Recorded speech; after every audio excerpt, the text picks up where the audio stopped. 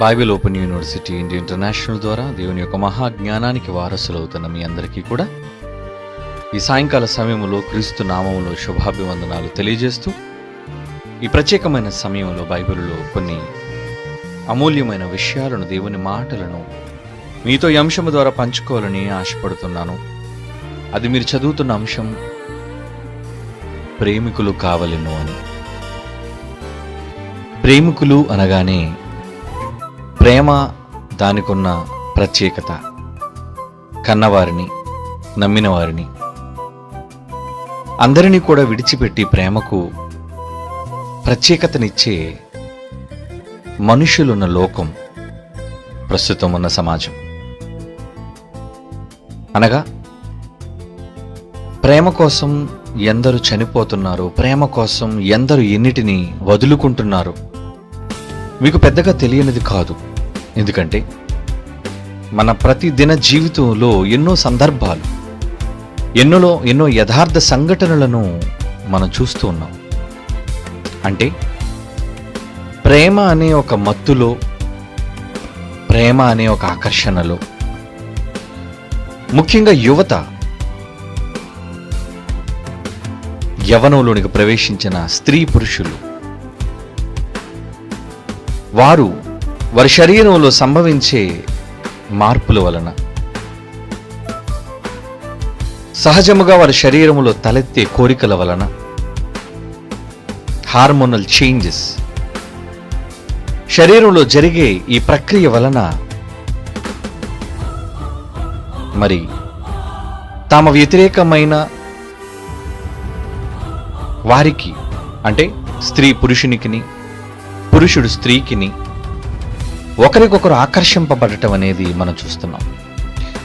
చివరికి అది ఈరోజు బాల్య దశ నుండే ఈరోజున్న మీడియా, ఈరోజున్న ఫిల్మ్ ఇండస్ట్రీ, ఏమండి బడులలో కూడా ప్రమాణాలు సాగించే దౌర్భాగ్యపు పరిస్థితి ఈరోజు ప్రపంచవ్యాప్తముగా పిల్లల మధ్య అది ప్రారంభం అయిపోయింది. అంటే ఒకరినొకరు కావాలనుకోవటం, ఒకరినొకరు ప్రేమించుకోవటం ఈరోజు వాళ్ళ కళ్ళ ముందు కనబడే సమాజంలోని పరిస్థితులు, లేదా ఈ మీడియాలో కనబడే ఈ ఫిల్మ్ యాక్టర్స్ ద్వారా ప్రదర్శింపబడే చిత్రాలు, వాళ్ళ మధ్య జరిగే సంభాషణలు, ఇది చూచి ఈరోజున సోషల్ మీడియాలో యువత ఎంత దారుణంగా మారిపోతుందో అన్నది మీరు ప్రతిదినం చూస్తూనే ఉన్నారు. అయితే ప్రేమికులు కావాలి. ఎవరికి కావాలి? ఎలాంటి ప్రేమికులు కావాలి? ప్రతి కుటుంబము ప్రేమను వ్యతిరేకించేదే. తమ అమ్మాయి ఎవరినైనా ప్రేమించింది అంటే ముందు కుటుంబంలోని పెద్దలందరూ కాదని చెబుతారు. ఇరు కుటుంబాల వారు అంటే ప్రేమను అంగీకరించలేని వారుగానే ఉన్నారు. గనుకనే ఈరోజు ఎన్నో ప్రేమ వివాహాలు రిజిస్టర్ ఆఫీసుల ద్వారా తల్లిదండ్రులకు, కుటుంబాలకు చెప్పకుండా రహస్యంగా చేసుకున్న పరిస్థితులు కొన్నైతే ఇంటిలో నుంచి పారిపోయి ఒప్పుకోనందుకు విషం తాగి ఆత్మహత్యలు చేసుకుని ప్రాణాలు తీసుకున్న ప్రేమలు మరెన్నో. నిజానికి వారి ప్రేమికులా? నిజానికి వారిలో ఉన్నది ప్రేమ అంటే అది ప్రేమ కాదు. చాలా సందర్భాల్లో మనం మాట్లాడుకున్నాం. బైబిల్ ప్రకారంగా శరీర సంబంధమైన ఒకరి పట్ల ఒకరికి ఉన్న ఆకర్షణ, వ్యామోహం, కోరిక తప్ప మరొకటి ఏమీ కాదు. ఆ వయసులో దాని యొక్క అర్థాన్ని తెలుసుకోలేని వారు ఈ దౌర్భాగ్యపు కవులు, కవిత్వాలు, రచనలను వాటిని చూచి అదేదో గొప్ప ప్రేమ అన్నట్టుగా వాళ్ళు దాన్ని నమ్మి మోసపోతున్నారు. కానీ ఈరోజు సమాజానికి ప్రేమికులు కావాలి. అది ఎలాంటి ప్రేమికులు కావాలి? ప్రేమికులు కావాలని కోరుకుంటుంది ఎవరు అంటే ఈ ప్రకటన ఇచ్చింది ఎవరో కాదండి, సాక్షాత్తు పరలోకమందున్న మన కన్న తండ్రి భూమి మీద ఉన్న మనుష్యులకు ఇచ్చిన ప్రకటన. నాకు ప్రేమికులు కావాలి అని. నాకు ప్రేమికులు కావాలి అంటే ఈ ప్రకటన చాలా బాగున్నట్టుంది అని యువతంతా కూడా ఒకవేళ తప్పుగా భావించొచ్చేమో. అయితే మేమిద్దరం ప్రేమించుకున్నాం గనుక మాలాంటి వాళ్ళు దేవుడికి కావాలి అనే ఒక తప్పుడు అభిప్రాయంలో ఉండొచ్చేమో. కాదు, మీలాంటి వాళ్ళ కోసం కాదది. శరీర సంబంధమైన ముఖాలను చూచి, అందాలను చూచి, ఆస్తులను చూచి, ఏమండి ఇలాంటి వాటిని అర్హతలుగా భావించి ప్రేమించే వీళ్ళు ప్రేమికులు కాదండి, మోసగించేవాళ్ళు. నీ ద్వారా అవసరాన్ని తీర్చుకునేవాళ్ళు. ఎంతసేపు ఉంటుంది నీ మీద వ్యామోహం, ఎంతసేపు ఉంటుంది నీ మీద కోరిక. అన్నం తినక ముందు ఆకలి ఎంత ఉంటుందో, తిన్న తర్వాత వెంటనే ఆకలి ఎలా పోతుందో, ఈ శరీర సంబంధమైన వ్యామోహాలతో కూడిన ప్రేమలు కూడా అంతేనండి. ఎవరి కోసమైతే నువ్వు ఇంట్లో రచ్చ చేసావో, ఎవరి కోసమైతే పరువును బజారుకు ఈడ్చి నువ్వు పారిపోయావో, ఎవరి కోసమైతే పెద్దలను ధిక్కరించి కాదని నువ్వు అన్నావో, అదంతా శరీర సంబంధమైన కేవలం కొద్ది నిమిషాల సుఖంతో కరిగిపోయేది, తరిగిపోయేది, అశాశ్వతమైనది. తెలుసా యువతకిది? ఏమండి, నీకోసం నేను చచ్చిపోతాను, నీకోసం దేనినైనా ఎదిరిస్తాను అని చెప్పి, ఏమండి, సమాజంలో తల్లిదండ్రులకు తలవంపులు తెచ్చి పారిపోయి ప్రేమ వివాహాలు చేసుకున్న జంటలు ఎన్ని జంటలు కలిసి ఉన్నాయి మీరు చెప్పండి. కోరిక తీరిన తరువాత కొన్ని సంవత్సరాలు అతడును ఆమె అనుభవించిన తర్వాత ఇందులో ఇంతేనా, ఇంకేమీ లేదా? పిల్లలు పుట్టిన తర్వాత, బరువు బాధ్యతలు వచ్చిన తర్వాత వాళ్ళ మధ్య వచ్చే చెలరేగే గొడవలు, అల్లరులు, అప్పుడు మరలా ఇంటివారు జ్ఞాపకం, తిరిగి వెళ్ళాలనే కోరిక, నీతో నాకు సంబంధం లేదని విడాకుల పత్రాలు, ఇద్దరి మధ్య తగువులు. అయిపోయిందా ప్రేమ? ఇందుకోసమైనా నువ్వు కుటుంబాన్ని విడిచిపెట్టావు, ఇందుకోసమైనా సమాజాన్ని ఎదిరించావు, ఏదో గొప్ప ప్రేమికుడును, ప్రేయసిని, ప్రియురాల్ని అనిపించుకోవడానికా? ఇవన్నీ అబద్ధాలు, నమ్మకండి. ఇవన్నీ అబద్ధాలరా. బైబిల్ ఓపెన్ యూనివర్సిటీ ఎప్పటి నుంచో చెబుతుంది, బైబిల్ ద్వారా చెబుతుంది, ఇటువంటి మాయ మాటలను నమ్మి యువత మోసపోకండి. దేవుని జ్ఞానాన్ని నేర్చుకున్న వాళ్ళు చాలా జాగ్రత్తగా ప్రతి దానిని ఆలోచించి ఆచి తూచి అడుగు వేస్తారు. దేవుని జ్ఞానము లేనివారు మనుషులు చెప్పే మాయ మాటలను నమ్మి తమ జీవితాలను మోసగించుకుంటారు. అందులో ఏమీ లేదని అర్థం చేసుకుంటారు. ఎంతసేపు ప్రేమ, ఎంతసేపు ఆమె మీద వ్యామోహం, ఎంతసేపు కోరిక, ఆ కాసేపే కదా. ఆ తర్వాత ఏం చేస్తావు? దీనికోసమేనా ఎంత పరుగులు తీశాను, ఈ మాత్రం సుఖం కోసమేనా నేను ఇన్ని అల్లరులు జరిగించాను, ఈ మాత్రం దానికోసమేనా నా ఆత్మీయులు, నా ప్రియులందరినీ విడిచిపెట్టి వచ్చాను అని బయటికి చెప్పకపోయినా నీ మనస్సాక్షిని గద్దిస్తుంది. అంతే. ఆ తర్వాత నువ్వు నిజం తెలుసుకోక తప్పదు, నీలో పశ్చాత్తాపం రాక తప్పదు, నిజాలు తెలుసుకొని తల దించుకొనక తప్పదు. దానిని ప్రేమ అంటావా? లోకం అంటుంది దానికి ప్రేమ. ప్రతి సినిమా ప్రేమ ప్రారంభం నుంచి పెళ్ళైనంత వరకు చూపిస్తుంది, అక్కడితో ప్రేమ ఏదో అయిపోయినట్టు. బైబిల్ ఏం చెప్పిందో తెలుసా? Love is eternal. అంటే ప్రేమ శాశ్వతమైనది. తెలుసా బైబిల్లో చెప్పిన మాట? మరి పెళ్లి కాకముందు నీకున్న ప్రేమ పెళ్లి అయిన తర్వాత ఎందుకు లేదురా ప్రియుడా? అమ్మా ప్రియురాలా, ప్రేయసి, ఏమైంది నీ ప్రేమ? భర్త నీకొద్దా? నువ్వు కన్న పిల్లలు నీకొద్దా? నువ్వు నమ్మిన నీ ప్రియురాలు నీకొద్దా? అయిపోయిందా? వ్యామోహం తీరిపోయిందా? బైబిల్ ఏం చెబుతుందో చూడండి. కొరింథీయులకు రాసిన మొదటి పత్రిక 13వ అధ్యాయం 8వ వచనం చూడండి. అపోస్తలుడైన పౌలు కొరింథీయులకు రాస్తున్న మొదటి పత్రిక 13వ అధ్యాయం 8వ వచనం అండి. ప్రేమ శాశ్వత కాలము ఉండును. ప్రేమ శాశ్వత కాలము ఉండును. This is Bible. కొట్టాడని ప్రేమ పోవడమో, లేదంటే అరిచాడని ప్రేమ పోవటమో, ఏమండి, విసుక్కున్నాడని ప్రేమ పోవడమో. అలానే ఒకవేళ ప్రేమ పోతే ఎందుకమ్మా నీ భర్తను విడిచిపెట్టాలనుకున్నావు? ఎందుకో ఆయన నన్ను ప్రేమించట్లేదండి, ఆయన నేను ప్రేమించట్లేదు, మరి నువ్వేం చేస్తున్నావు? నేను ప్రేమించలేనండి. అయిపోయిందా మీ ప్రేమ? అంటే ఇది ప్రేమ కాదు. ఈ ప్రేమ అనే పదాన్ని వాడడానికి అర్హత లేదు మీకు. ప్రేమ అంటారేంటి? దాన్ని కొవ్వు అని చెప్పండి. అవునా? శరీరంలో పుట్టే కొవ్వు అని చెప్పాలి. లవ్ అని నువ్వు అంటున్నావే, అది లవ్ కాదయ్యా, నీ శరీరంలో పెరిగిన కొవ్వు అది. ఆ కొవ్వు కరిగింది కదా ఇప్పుడు ఇది ప్రేమ కాదంటవా?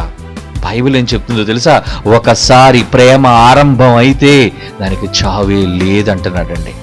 That is the meaning of love. ప్రేమ యొక్క నిజమైన అర్థం బైబిల్ చెప్పింది. రచయితలకి ఏం తెలుసు? ఏమండి, కథలు రాసుకునే నవలా రచయితలకు ఏం తెలుసు? వాళ్ళకి కవులకు తెలుసు అనుకున్నారా? ఫిలిం నిర్మాతలకు తెలుసు అనుకుంటున్నారా? ఫిలిం ప్రొడ్యూసర్లు తెలుసు అనుకుంటున్నారా? దానికి కథలంచి చెత్త కథలందించే కథా రచయితలకు తెలుసు అనుకుంటున్నారా? ఎవరికి తెలుసండి ప్రేమ గురించి? కావాలి ప్రేమికులు. ఎవరికి? కుటుంబానికి కాదు, సమాజానికి కాదు. దేవుడు ఎదురు చూస్తున్నాడు, నాకు ప్రేమికులు కావాలి, నాకు ప్రేమికులు కావాలి. ఆ ప్రేమ శాశ్వతమైనది ఉండాలి. ఈ రోజు పుట్టి రేపు చచ్చేదే. అలాంటి ప్రేమలు నాకు అక్కరలేదు. ఈరోజు అమితంగా ప్రేమించి రేపు నువ్వంటే అసహించుకునే ప్రేమలు ఆయనకొద్దు. అలా అనుకుంటే లోకం ఎప్పుడు మట్టి కొట్టుకుపోవాలి. కోట్ల మంది ప్రజలెందరకు ఎప్పుడో ఇదిగో ఈ నేల గర్భంలో కలిసిపోవాలి. కానీ శాశ్వతమైన ప్రేమను కలిగిన తండ్రి మనుషులు దుర్మార్గంగా ప్రవర్తిస్తున్న, దేవుడు లేడంటున్నా, తల పొగరెక్కి మాట్లాడుతున్నా, అందరినీ ప్రేమిస్తూ సహిస్తూ భరిస్తూ ఇంకా నీకు ఊపిరినిచ్చి నీకు అన్నాన్ని పెడుతున్నాడే, అదయ్య ప్రేమ అంటే. శాశ్వతమైన ప్రేమ. బైబిల్ చెప్పింది ప్రేమ శాశ్వత కాలముండును. శాశ్వతముగా ఉండే ప్రేమ ఎవరి దగ్గర ఉంటుందో they are the real lovers. వాళ్ళేనండి నిజమైన ప్రేమికులు. నీ దగ్గర ఉందా? నీ దగ్గరే ఉంది. లోకం చెప్పిన ప్రేమ ఉంది నీ దగ్గర. భార్య అంటే ప్రేమ, పిల్లలంటే ప్రేమ, ఆస్తులంటే ప్రేమ, డబ్బు అంటే ప్రేమ, పదవంటే ప్రేమ, పేరంటే ప్రేమ. ఇదా? అలాంటి ప్రేమలు కాదు దేవుడికి నచ్చేవి. చూస్తారా బైబిల్లో? చూడండి, ఒక మంచి మాట దేవుడు రాయిస్తున్నమాట. కీర్తనల గ్రంథం 31వ కీర్తనలోని 33వ వచనం. కీర్తనల గ్రంథం 31వ కీర్తనలోని 23వ వచనం. యెహోవా భక్తులారా, మీరందరూ ఆయనను ప్రేమించుడి. యెహోవా భక్తులారా, మీరంతా ఏం చేయాలి? ఆయనను ప్రేమించుడి. ఆయనను ప్రేమించుడి. ఎవరిని ప్రేమించాలి? మా అమ్మాయి అంటే నాకు చాలా ఇష్టం అండి. నా భార్య అంటే అబ్బో నాకు చాలా ప్రేమ అండి. మా ఆయన అంటే అబ్బో ఎంత ప్రేమ అండి. అన్ని కొనిపెడుతున్నాడు కదా నీకు ప్రేమ. గట్టిగా 4 సార్లు కోపపడితే అలుగుతావు. అదే కోపం కంటిన్యూ అయితే విడాకులు ఇవ్వడానికి కూడా సిద్ధపడిపోతావు. నిన్ను విడిచిపెట్టి పోతాను అని అంటావు. ఇదే అనేది ప్రేమ. ఒంటిలో కొవ్వు కరిగిపోయింది కదా, ఒంటిలో ఉన్న కోరిక తీరిపోయింది కదా, అందుకే నీకు ప్రేమ లేదు. నీది ప్రేమని ఎవడు చెప్పాడు? కాదది. మోసం చేస్తున్నావు. ప్రేమ అనే ఒక అబద్ధాన్ని చెప్పి నీ తల్లిని మోసం చేస్తున్నావు, తండ్రిని మోసం చేస్తున్నావు, ప్రియుడు ప్రియురాల్ని, అందరినీ, సమాజాన్ని మోసం చేస్తున్నారు మీరు. ప్రేమని పేరు పెట్టకండి. ఇన్ఫాక్చువేషన్, కామం. ఇంకా పచ్చిగా చెప్పాలంటే కామం. ఒకరినొకరు కోరుకుంటుంది కామం. శరీర కోరికలు తీర్చుకోవడానికి కామం. తల్లిదండ్రులను ప్రేమిస్తున్నావు, అది తండ్రి ప్రేమ. తల్లిని ప్రేమిస్తావు, తల్లి ప్రేమ. ఎందుకు? కన్నది కాబట్టి, రోజు వండుతుంది కాబట్టి. వాళ్ళ మీదన ప్రేమ ఉంటుందా? అన్ని చూస్తున్నారు కాబట్టి. తేడా వస్తే ఎవరో నువ్వెవరు? తల్లిని దూరం చేసి, తండ్రిని దూరం చేసి, వాళ్ళు చేసిన మేలులను దూరం చేసి అందరినీ వదులుకోవట్లేదా? చెల్లిని వదులుకుంటున్నారు, తల్లిని వదులుకుంటున్నారు, తండ్రిని వదులుకుంటున్నారు, అన్నదమ్ములను వదులుకుంటున్నారు. అది మాత్రం గొప్ప ప్రేమ? ఏంటారా ప్రేమ ప్రేమ అని పడి చచ్చిపోతున్నారు. యెహోవా మీరు భక్తులైతే దేవుడు ఏం కోరుకున్నాడో తెలుసా? మిమ్మల్ని ఎవరిని ప్రేమించమంటున్నాడో తెలుసా? మీరందరూ ఆయనను ప్రేమించుడి. ఎవరిని? యెహోవాను ప్రేమించండి, తండ్రిని. అంటే భూమి మీద ఉన్నవారు ఎవరైతే పరలోకపు తండ్రిని యథార్థంగా ప్రేమిస్తారో వారు నిజమైన ప్రేమికులు. నువ్వెవరిని ప్రేమిస్తున్నావు అన్నది కాదు. ఆ ప్రేమ కోసం నువ్వు తాజ్మహల్ కట్టించావా? శవపేటికను తయారు చేయించావా? డబ్బులు ఖర్చు పెట్టావా? లేదా నీ ప్రాణమే తీసుకున్నావా? ఇవన్నీ పిచ్చి పనులు. ఆ తాజ్మహల్ కట్టించాడు ఆ పిచ్చోడు, షాజహాన్. ప్రేమను అనుకుంటున్నాడు. ప్రేమకు చిహ్నం అట, ప్రేమకు ప్రతిరూపం అట, ఏదేదో చెప్పుకుంటారు ఈ పిచ్చి లోకం. ఒరే, నువ్వు కట్టిన చలువు రాతి ఎవడు తాత తయారు చేశాడు రా? నువ్వు కట్టించావే చలువ రాతి ఎవడిచ్చాడు? నీ సామ్రాజ్యం తయారు చేసిందా? దేవుడు భూమిలో పెట్టిన దానిని నువ్వు బయటికి లాగి చెక్కి, ఇంకా ఉన్నాయి చాలా కథలు దాని మీద. ప్రజలను కొట్టి హింసించి ఆ తర్వాత కట్టిన తర్వాత చేతులు నరికించి ఇదా నువ్వు ఏదైనా చేస్తే చెప్పు. ప్రతిదీ నువ్వు చేయడానికి దేవుని కష్టాన్ని వాడుకొని, ఆ దేవుడు అంటే ఎవరో పట్టించుకోలేని నువ్వు, నీకు ఒక భార్య, ఒక దేవత, ఆవిడ కోసం ఒక పెద్ద నిర్మాణం, అది ఈ పిచ్చి లోకమేమో చూడడానికి వెళ్ళటం, అది ఒక గొప్ప వండర్, అద్భుతం. దేవుని ప్రేమే అద్భుతం అర్రా. ఈ విశ్వంలో ఈ భూమి నిలబడిందే వండర్. ఎవరు నిలబెడుతున్నారు? నీ అధికారమా, నీ బలమా, నీ ధనమా? ఏది నిలబెడుతుంది? అంతవరకు ఎందుకు? నీ తల్లి కడుపులో ఉమ్మ నీటిలో నువ్వు ఉన్నావు కదా, పాటలో చూస్తున్నారు కదా. ఆ ఉమ్మ నీటిలో నీకు గాలి లేకుండా, శ్వాస లేకుండా 9 మాసాలు నువ్వు ఎలా బ్రతుకుతున్నావు? నీ ఊపిరినిచ్చింది ఎవరు? ఉమ్మ నీరు పగలగొట్టుకుని బయటకు వచ్చిన తర్వాత గాలి పీల్చి బ్రతుకుతున్నది, నిన్ను బ్రతికిస్తున్నది ఎవరు? ఇవేవి ఆలోచించవు. ఈ లోకం ఆలోచించనివ్వదు. దౌర్భాగ్యపు 60 సంవత్సరాల జీవితంలో ఇదే శాశ్వతం అనుకోని, పరలోకపు తండ్రి నీ పట్ల చూపిస్తున్న ప్రేమను మరిచి ఆయనకు ప్రేమికుడుగా మారకుండా పనికి మాలిన దౌర్భాగ్యులైన మనుషులందరికీ అభిమానులు అంటావు, ప్రేమ అంటావు. ఒకడేమో నాలుకలు కోసుకుని ఉన్నారండి ఈ సమాజంలో. అభిమానం కోసం నాలుక కోసుకున్నారు. ఒరే, ఈ నాలుకనిచ్చింది దేవుండ్రా. ఆయన సృష్టికర్తను నువ్వు పొగడడానికి, సృష్టికర్తను గణపరచడానికి నీకు స్వరపేటికను, అందులో నీకు ఒక ఎముకలేని నాలుకనిస్తే, ఆ నాలుకను ఎవడో ఒక పనికి వాళ్ళని విగ్గు పెట్టుకుని నటించేవాడు ముఖానికి రంగేసుకొని ఆ తర్వాత ముసలైపోయి చచ్చి సమాధిలో కుళ్ళిపోయే దౌర్భాగ్యుడి కోసం నువ్వు కోసుకుంటావురా? చచ్చిన వాళ్ళు ఉన్నారండి చాలా మంది, అభిమానులు తారల కోసం. పడి చచ్చేవాళ్ళు ఉన్నారండి చాలా మంది, వాళ్ళు నమ్ముకున్న ఫిల్మ్ స్టార్ల కోసం. నో, ఇప్పటికైనా ఈ సమాజం ప్రేమికులుగా మారాలి. వ్యామోహాలు తీర్చుకునే, కోరికలు తీర్చుకునే ప్రేమికులు కాదది. యెహోవాకు భక్తులైతే నిజంగా ఆయన చేసిన మేలులన్నిటిని జ్ఞాపకం చేసుకుని మీరందరూ ఆయనను ప్రేమించుడి అంటున్నాడు. చూడండి, ఎందుకు ప్రేమించాలి ఆయన్ని? దేనికి ప్రేమించాలి ఆయన్ని? ఏం చేస్తున్నాడని ప్రేమించాలి ఆయన్ని? ఇర్మియా గ్రంథం 31వ అధ్యాయం 3వ వచనం చూడండి. ఇర్మియా గ్రంథం 31వ అధ్యాయం 3వ వచనం. చాలా కాలము క్రిందట యెహోవా నాకు ప్రత్యక్షమై ఇలా అంటున్నాడు ఆయన, శాశ్వతమైన ప్రేమతో నేను నిన్ను ప్రేమించుచున్నాను గనుక. ఆహా, ఏం మాట అండి! శాశ్వతమైన ప్రేమతో నేను నిన్ను ప్రేమించుచున్నాను గనుక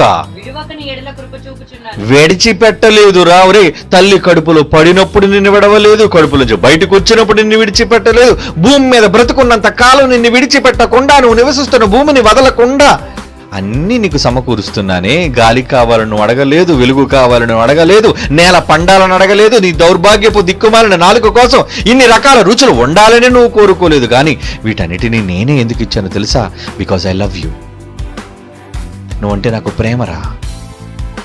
మహానుభావుడు మన కన్న తండ్రి ఎంత ప్రేమ మన పట్ల చూపిస్తుంటే ఆయనకి లవర్ అని చెప్పుకుంటున్నావు నువ్వు. ఆయనకి లవర్ ఎవరు నువ్వు? I'm lover of God. నేను దేవుని ప్రియుడును,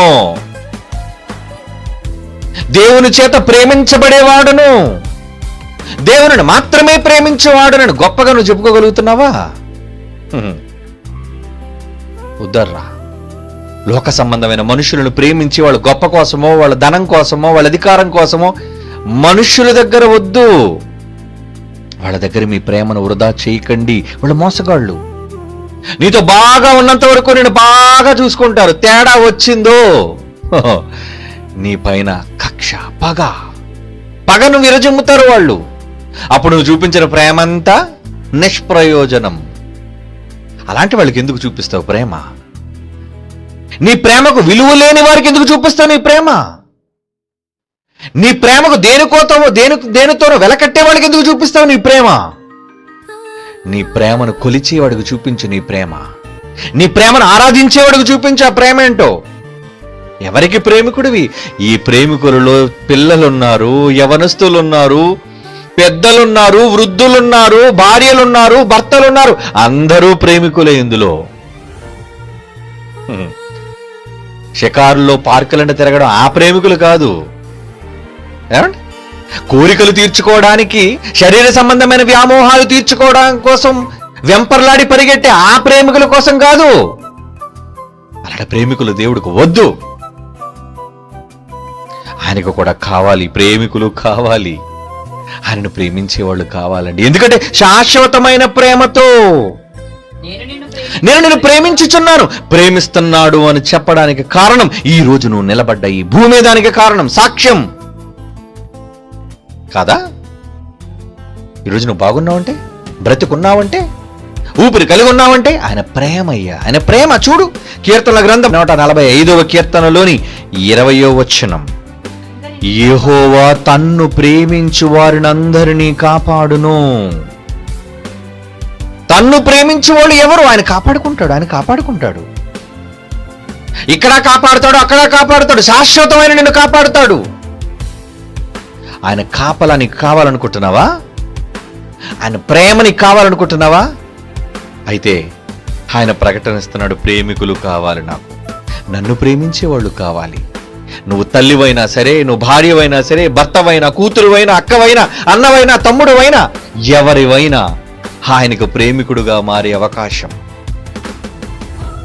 దానియేలు, నువ్వు నాకు బహుప్రియుడు అయ్యా అన్నాడా? దానియేలు గురించి అన్నాడా? నువ్వు నాకు బహుప్రియుడివి అంటే దేవునికి కూడా ప్రియులు ఉంటారా?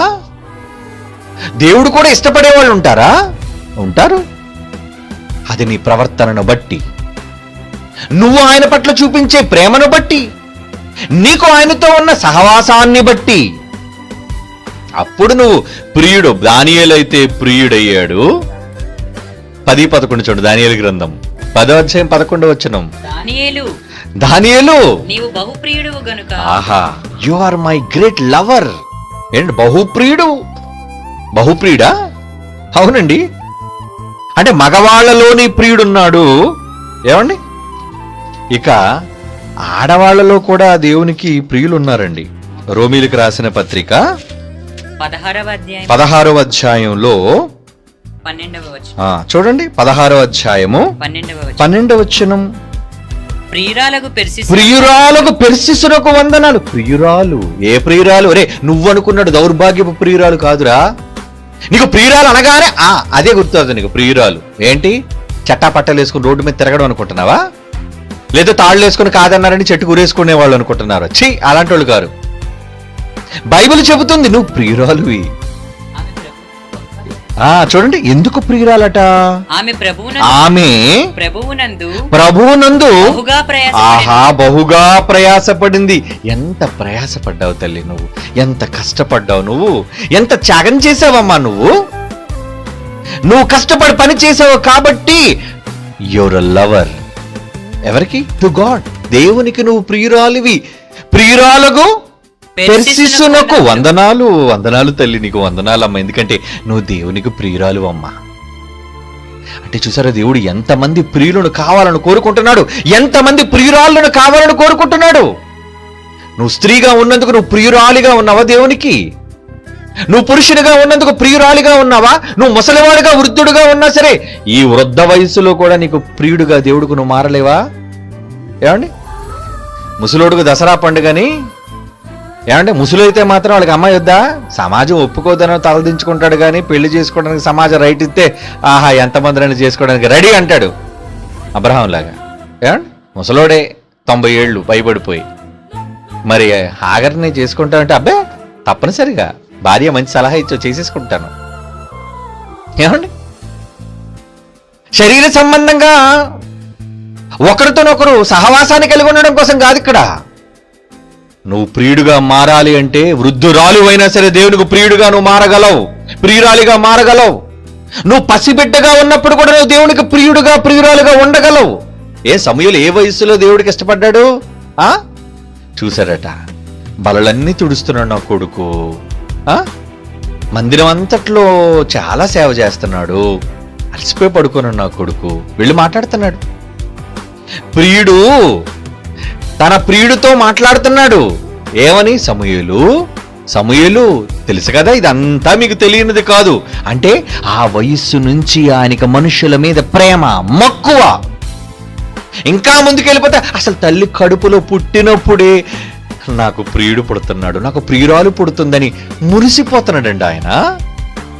అంత పిచ్చోడేంటండి? ప్రేమ విలువ ఏంటో ఆయనకు తెలుసు కనుక, ప్రేమనే రూపాన్ని కలిగి ఉన్నాడు కనుక నీకు ప్రేమనగానే ఎప్పుడు చూసినా అదే ఏంటది?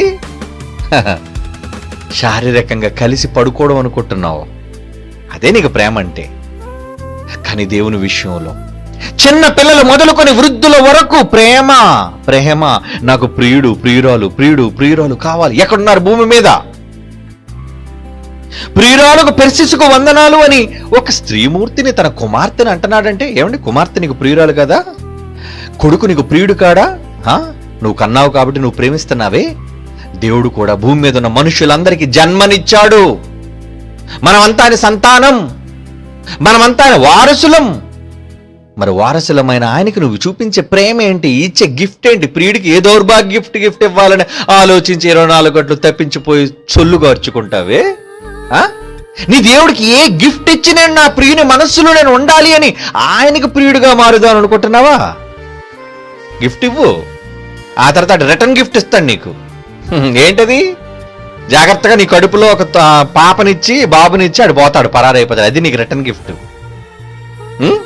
లేదా నీ మీద కోరికంతా, నీ శరీర సంబంధమైన వ్యామోహాన్ని తీర్చుకున్న తర్వాత పోవే, నువ్వు నాకు అవసరం లేదని రిటర్న్ గిఫ్ట్ నీకు ఇస్తాడు.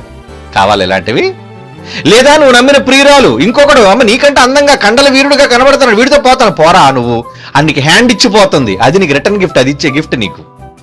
ఇలాంటి గిఫ్ట్ల కోసం కక్కుర్తిపడి వాళ్ళు నమ్ముకోకండి, మోసపోతున్నారు మీరు. దేవుడు ప్రేమ కోసం ఎదురు చూస్తున్నాడు, ప్రేమికుల కోసం ఎదురు చూస్తున్నాడు. నీకు ఫిబ్రవరి 14 వస్తే చంకలు ఉద్దుకుంటావు. ఏంటది? ప్రేమికుల రోజు. దేనికిరా? చాక్లెట్ ఇచ్చుకోవడానికా? అది కాదురా. లోకానికేం తెలుసు విలువ? లోకానికి కాదు, లోకాలను కలిగించిన తండ్రికి తెలుసు పరమార్థం, విలువ, ప్రేమ. అందుకే అంటున్నాడు, నా ప్రియురాలమ్మా నువ్వు. దానియేలు నువ్వు నా ప్రియుడు అయ్యా. సమూయేలు పసిబాలుడు అయినా నువ్వు నా ప్రియుడివేనయ్యా. ఎందరిలోనూ ప్రియులను చూడాలని దేవుడు కోరుకుంటున్నప్పుడు ఏ తరంలో, ఏ సమాజంలో దేవునికి ప్రియులు, ప్రేమికులు ఉన్నారు? మీరు చెప్పండి. ఉన్నారా? ప్రేమికులుగా మీరున్నారా? ఏమండి? మరొక మంచి మాట, కీర్తనల గ్రంథం 91వ కీర్తనలోని 14వ వచనం చూడండి. 91వ కీర్తనలోని 14వ వచనం, అతడు నన్ను ప్రేమించుచున్నాడు గనుక నేను అతనిని తప్పించెదను. అతడు నా నామమును ఎరిగినవాడు గనుక నేను అతని గణపరిచెదను. అతడు నన్ను ప్రేమించుచున్నాడు. అంటే ప్రేమించేవాడు నువ్వేమంటావు? ఏమండి ఆ అబ్బాయి నన్ను ప్రేమిస్తున్నాడండి అని ఎవరు అమ్మాయింది అనుకోండి, ఆహా అయితే నీ ప్రియుడు అన్నమాట. బాయ్ ఫ్రెండ్, గర్ల్ ఫ్రెండ్, బాయ్ ఫ్రెండ్లు, గర్ల్ ఫ్రెండ్లు. కానీ గాడ్ ఫ్రెండ్ నీకున్నాడా? గాడ్ ఫ్రెండ్ నీకున్నాడా? లేడు. నీకు వద్దు, నీకు అవసరం లేదు వాళ్ళతోని. దేవుడితో నీకు ఫ్రెండ్షిప్ ఏంటి? నేను ఊరి మీద తిప్పే అతగాడితో నీకు ఫ్రెండ్షిప్ కావాలి? నీ అవసరాలు తీర్చుకున్న చుట్టూ ఉన్న సమాజం, అన్నదమ్ములు, అక్కచెరుల, తల్లులు, తండ్రులు, వాళ్ళు నీకు కావాలి. కానీ దేవుడు వద్దు. దేవుడితో ఫ్రెండ్షిప్, దేవునితో స్నేహం, దేవునితో ప్రేమ ఆయన కోరుకుంటున్నాడు. ఎక్కడున్నారా ప్రేమికులు? ఎక్కడున్నారా? నాకు కావలసిన ప్రేమికులు ఎవరైనా ఉన్నారా? నన్ను ప్రేమించే వాళ్ళు ఎక్కడున్నారండి అని వెతుకుతున్నాడండి ఆయన. యెహోషువ గ్రంథం 22వ అధ్యాయం 5వ వచనం చూడండి ప్రియులారా. యెహోషువ గ్రంథం 22వ అధ్యాయం 5వ వచనం, అయితే మీ పూర్ణ హృదయముతో, మీ పూర్ణ ఆత్మతోను మీ దేవుడైన యెహోవాను ప్రేమించుచు ఆయన మార్గములన్నిటిలో నడుచుకొనుచు, ఆయన ఆజ్ఞలు, ఆయన చెప్పిన మాటల ప్రకారంగా గైకొనుచు, ఆయనను హత్తుకొని సేవించుచు, మీ పూర్ణ హృదయముతో, మీ పూర్ణ ఆత్మతో దేవుడైన యెహోవాను ప్రేమించుచు. నీ ఫుల్ లవ్, నీ పూర్తి మనస్సు నిండా ప్రేమ ఆయనకివ్వు. ఆయనకంటే ఎవరు నిన్ను ప్రేమిస్తున్నారు? భార్య కూడా నిన్ను ప్రేమించడానికి ఒక కారణం ఉంటుంది, భర్త నిన్ను ప్రేమించడానికి కూడా కారణం ఉంటుంది. ఓరకనే నిన్ను పెళ్లి చేసుకోలేదు. నేను ఒంటరిగా ఉన్న బట్టలు ఉతుక్కోలేకపోతున్నాను, ఏం కావాలి? నా బట్టలు ఉతికి నా ఇల్లు శుభ్రం చేయడానికి, నాకు ఇంట్లో వండి పెట్టడానికి ఒక పని మనిషి కావాలి. పని మనిషి అంటే బాధ, భార్యామణి. ఇంకా నేను మరి శరీరంలో కోరిక తింటాను కదా, ఉప్పు కారం తింటాను గట్టిగా అన్ని కోరికలు వచ్చేస్తాను కనుక ఏం చేయాలి, నా కోరికలు తీర్చడానికి నాకు ఒక భార్య కావాలి. ఏమండి, మళ్ళా దీనికి ఒక పవిత్ర బంధం అని పేరు పెడతావు, నానా రకాలుగా నువ్వు మాట్లాడుకుంటావు. ఆ తర్వాత గొడవలు వస్తే నువ్వెంత నేనంత కోట్లకెక్కి 10 ఆకుల 12 ఆకుల 15 ఆకుల విడాకుల అని చెప్పి ఏమండి రచ్చరచ్చ చేసుకుంటావే. ఎన్ని కుటుంబాలు ఎన్ని జంటలండి ఆ కోట్ల మెట్ల మీద తిరుగుతున్నాయి దేనికి, మాకు విడాక ఇప్పించండి ఓహో అని. అయిపోయిందా సరదా అంతానా? ఒప్పన్నం గట్టిగా తిన్నారు, బాగా అన్ని పంచుకున్నారు, ఓ సందడితో గెంతులేసుకుని డ్యాన్సులు. అవ పెళ్లిల్లో చూడండి ఎలాంటి సందడి, కుక్కల హడావిడి. వచ్చిన వాళ్ళు విందులు బంధుమిత్రులు సపరవాద సమేతంగా వచ్చేసి ఆహా వాళ్ళ యొక్క ఆనందం అవధులు ఉండవండి. ప్రపంచంలో ఎక్కడా దొరకలేని వరుడు నాకే దొరికాడని బిల్డప్ ఈవిడ. ఏమండి, ప్రపంచంలో ఇంత అప్సరస్ ఎక్కడా దొరకలేదు, నా భార్య అప్సరస్ అనుకుని వ్యామోహంలో పడి వీడు పెళ్లి చేసుకున్నారు. ఆ తర్వాత అయిపోయింది, సందడి అయిపోయింది. ఇప్పుడు వచ్చింది, పోయింది వ్యామోహం, పోయింది ప్రేమ, వచ్చింది కోపం, వచ్చింది వ్యతిరేకత, వచ్చింది అసహ్యం. నీ ముఖం చూస్తుంటే అసహ్యం ఉంది పో అంటాడు. ఆ రోజు ఏ ముఖం చూసి తాళి కట్టావురా నువ్వు? ఏ ముఖం చూసి తాళి కట్టావు? మాటలు అనడానికి సిగ్గు మనస్సాక్షి కూడా లేకుండా పోతుంది ఈరోజు మనుష్యులకి. దేవుని పిల్లలారా, నీ పూర్ణ మనస్సుతో నీ పూర్ణ ఆత్మతో నీ తండ్రి అయిన దేవుని ప్రేమించు అంటున్నాడు. చూడండి, ప్రేమించును, ఆయనే ప్రేమించాలి. బైబిల్లో మంచి మాట, యెషయా గ్రంథం 43వ అధ్యాయం 4వ వచనం. యెషయా గ్రంథం 43వ అధ్యాయం 4వ వచనం. నీవు నా దృష్టికి ప్రియుడు అయినందున గనుడవైతివి, నేను నిన్ను ప్రేమించుచున్నాను గనుక నీకు ప్రతిగా మనుష్యులను అప్పగించుచున్నాను, నీ ప్రాణము ప్రతిగా జనములను అప్పగించుచున్నాను. అంటే నువ్వు ప్రియుడు అయితే నీకు జనాలను ఇస్తాడట. అవునా? చూడండి, నీవు నా దృష్టికి ప్రియుడు అయినందున, నువ్వు దేవుని దృష్టికి ప్రియుడుగా మారాలనుకుంటున్నావా? దేవుని దృష్టిలో నువ్వు ప్రేమికుడుగా మిగిలిపోవాలనుకుంటున్నావా? అయితే మారిపోతే, నువ్వు దేవుని దృష్టిలో ప్రియుడుగా మిగిలిపోతే దేవుడు అంటున్నాడు చూడు నీతో, నీవు నా దృష్టిలో ప్రియుడు అయినందున గనుడవైతివి, నేను నిన్ను ప్రేమించుచున్నాను కనుక నీకు ప్రతిగా మనుష్యులు నీకు ఇస్తాను. ఎవరికి కావాలో చెప్పు, నీ పాదాక్రాంతం చేస్తాను వాళ్ళని. అది రాజ్యమా, అది అధికారమా, అది ఏదైనా సరే కమాన్ నీకు ఇచ్చేస్తాను, తీసుకుపో అంటున్నాడు. ఇంకా నీ ప్రాణమునకు ప్రతిగా జనములను అప్పగించుచున్నారు, ఇచ్చేస్తాను, ఎంత జనాలనైనా నీకు బలాదూరు చేస్తాను నీ ముందు అంటున్నాడు. నీ తండ్రిని ప్రేమిస్తే నీకు దక్కే భాగ్యం అండి. ఏమండి, నిజంగా సొలొమోను ఎంత ప్రేమికుడో మనకు తెలుసండి. ఆయన చేసుకున్న వివాహం, ఆయనకున్న ఉపపత్రులు, ఆయనకున్న భార్యలను బట్టి నిజంగా ఆయన ఎంత గొప్ప శరీర సంబంధమైన ప్రేమను కలిగిన వాడో అనేది మనకు తెలుసు. ఏమండి, ఆయన ఏమో నిజంగా దేవుడు ప్రత్యక్షమై నీకేం కావాలని ఆయన కోరుకుంటున్నప్పుడు, తండ్రి నాకు నీ జ్ఞానం ఇయ్యి అడిగినందుకు దేవుడు ఏమిచ్చాడు తెలుసా? నీకు ఐశ్వర్యం, సమస్తం జ్ఞానం ఇచ్చేస్తున్నాను, తీసుకో. ఏమంటే అమాయకుడే దేవుడు ఇచ్చేసాడు అనుకున్నారా? సొలొమోను చాలా ప్రేమ కలిగిన వాడు. మరి ఏంటంటే ఆయన దృష్టిలోనేమో 700 మంది ఉపపత్నులు, 300 మంది భార్యలు, 1000 మంది స్త్రీలను పెళ్లి చేసుకున్నాడు. ఏదో ఏమండి స్త్రీ లోలుడులా మనకు కనబడతాడు. నీకు ఆ దృష్టే ఉంటది. మరి సొలొమోను అనగానే స్త్రీ లోలుడు. మరి స్త్రీలోనుడు అని తెలుసు, దేవుడు ఎందుకు అంత మహాజ్ఞానానికి వారసుడు చేశాడు? నీలాంటి వాడు నీకు ముందు గాని నీ తర్వాత గాని ఎవడు ఉండడయ్యా సొలొమోను? నా మందిరాన్ని కూడా నువ్వే కట్టించాలి. ఏమంటే సొలొమోనుకి ఎందుకు అన్ని వరాలు ఇచ్చేశాడు? సొలొమోను ఏం చేశాడని? ఎందుకంటే చుట్టూ రాజ్యాలన్నిటినీ కూడా నిశ్శబ్దత చేశాడు, నెమ్మదిని ప్రసాదించాడు. ఏలయ్యా నా కొడుక ఏలు అన్నాడు. ఎందుకు చేశాడు తెలుసా? సొలొమోను తన జీవిత కాలంలో దేవుడికి చేసిన ఎన్నో పనులు, తన భవిష్యత్తును కూడా చూచి దేవుని పట్ల సొలొమోనుకున్న ప్రేమ ఏంటో అది మీకు తెలియకపోయిన దేవుడికి అర్థమైందండి. నీకెంతసేపు 1000 మంది భార్యలే కనబడుతుంటారు సొలొమోను అనేసరికి. దేవుడు ఆయనలో చూసింది ఏంటో తెలుసా? ఒక సందర్భాన్ని చెబుతాను చూడండి. ఈ సందర్భంలో బైబిల్లో రాయబడిన ఒక చక్కని విషయం. 2వ దినవృత్తాంతముల గ్రంథం 8వ అధ్యాయం 11వ వచనం చూడండి ప్రియులారా. 2వ దినవృత్తాంతముల గ్రంథం 8వ అధ్యాయం 11వ వచనం. ఇశ్రాయేలు రాజైన దావీదు నగరు కట్టించాడు, అనేక మంది భార్యలను ఉపపత్నులు చేసుకున్నాడు. అయితే ఒకానొక సందర్భం వచ్చేసరికి ఏమంటున్నాడు చూడండి. దావీదు నగరునందు నా భార్య నివాసము చేయవలదు. నా భార్య దావీదు నగరులో ఉండడానికి వీల్లేదు. ఇంతకీ ఎవరండి ఆమె? చూడండి కింద చెప్తున్నాడు. యెహోవా మందసమందున్న స్థలములు ప్రతిష్ఠితములు అని చెప్పి సొలొమోను ఫరో కుమార్తెను దావీదు పట్టణము నుండి తాను ఆమె కొరకు కట్టించిన నగరకు రప్పించెను. అంటే ఎక్కడ ఉండకూడదట ఆవిడ? ఎక్కడ ఉండకూడదండి?